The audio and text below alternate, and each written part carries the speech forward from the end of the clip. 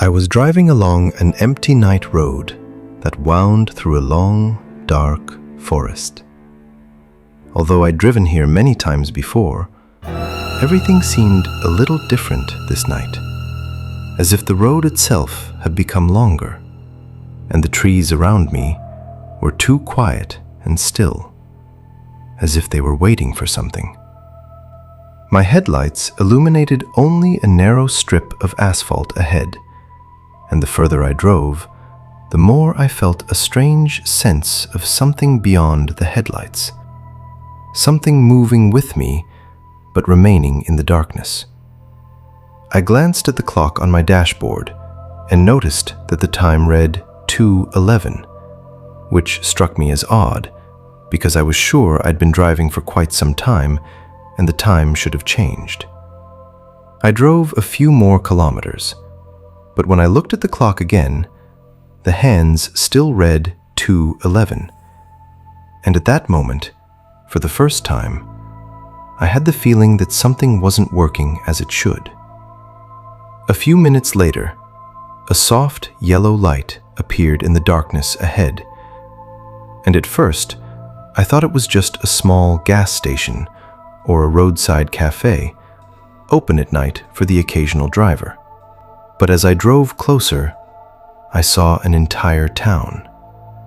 It was a small town with narrow streets, neat houses, and old lanterns that illuminated the sidewalks with a warm glow, making it look as if the town was going about its normal business. But there was one strange difference. There wasn't a single person on the streets.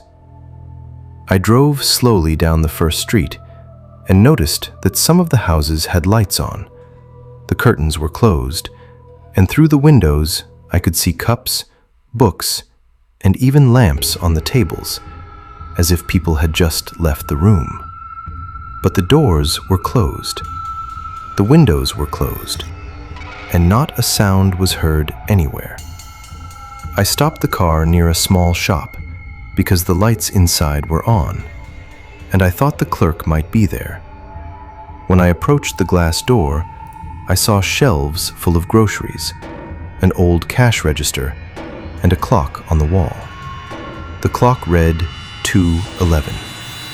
I took out my phone and checked the time again. 2:11. And the hands still hadn't moved. At that moment, I heard a quiet sound behind me, like slow footsteps on the asphalt. And when I turned around abruptly, the street was completely empty. But the feeling that someone had just been standing next to me grew even stronger. I decided to return to the car because everything was starting to feel too strange. But after walking a few streets back, I realized I couldn't find where I'd left the car. Every street looked the same. Every house looked like the next. Every streetlight stood the same distance away. And the city, which had initially seemed small, suddenly seemed endless. I started walking faster, hoping to spot a familiar turn or intersection, but instead, I only penetrated deeper into this strange city. Sometimes, I thought I saw something moving in the windows of the houses, but every time I got closer and looked inside, the rooms were empty. I noticed a curtain slowly closing, as if someone had just let it go. But when I peered through the window, the room was empty. At that moment, I began to feel like I was being watched.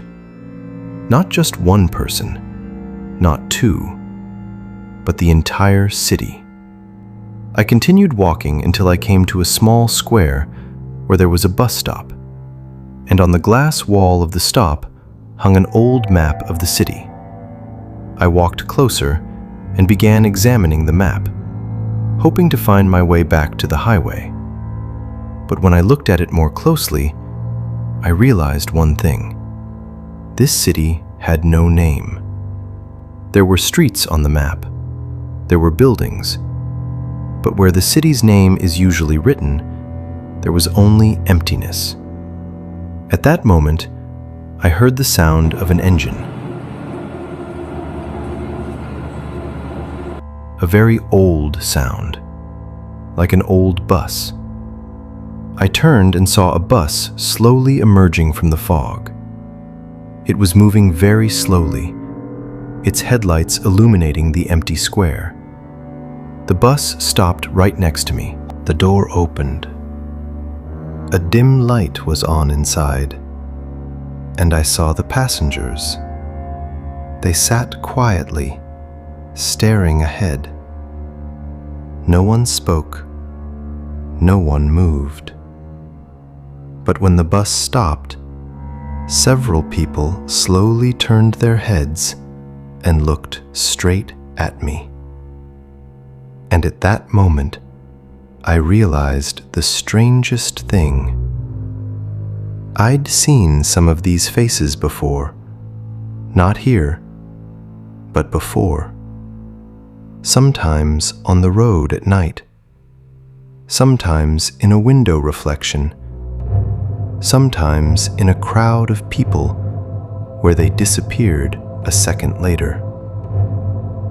The bus driver looked at me and said quietly, "You've finally found the city." I asked him what this place was. He answered calmly, "It's a place for those who've been driving too long and made a wrong turn." I asked how I could leave. The driver looked at the clock on the bus dashboard. 2:11. Then he said, "Nobody leaves here." And at that moment, I noticed something else. The people on the bus were no longer looking ahead. Now they were looking only at me, as if they were waiting. The driver opened the door again and quietly said, "Your stop." I turned to run, but the square around me changed. The streets disappeared into the fog. The streetlights grew dim, and the whole city suddenly seemed even emptier. I looked at the bus again, and then I noticed one seat in the cabin was empty, right by the window. And the passengers were looking at that very seat, as if it was meant for someone, for the person who had just arrived. I looked at my watch, 2:11, and the hands still hadn't moved. The driver waited patiently, and suddenly, I realized something. Maybe that's why this city never shows up on the map, because it only appears when someone needs to stop.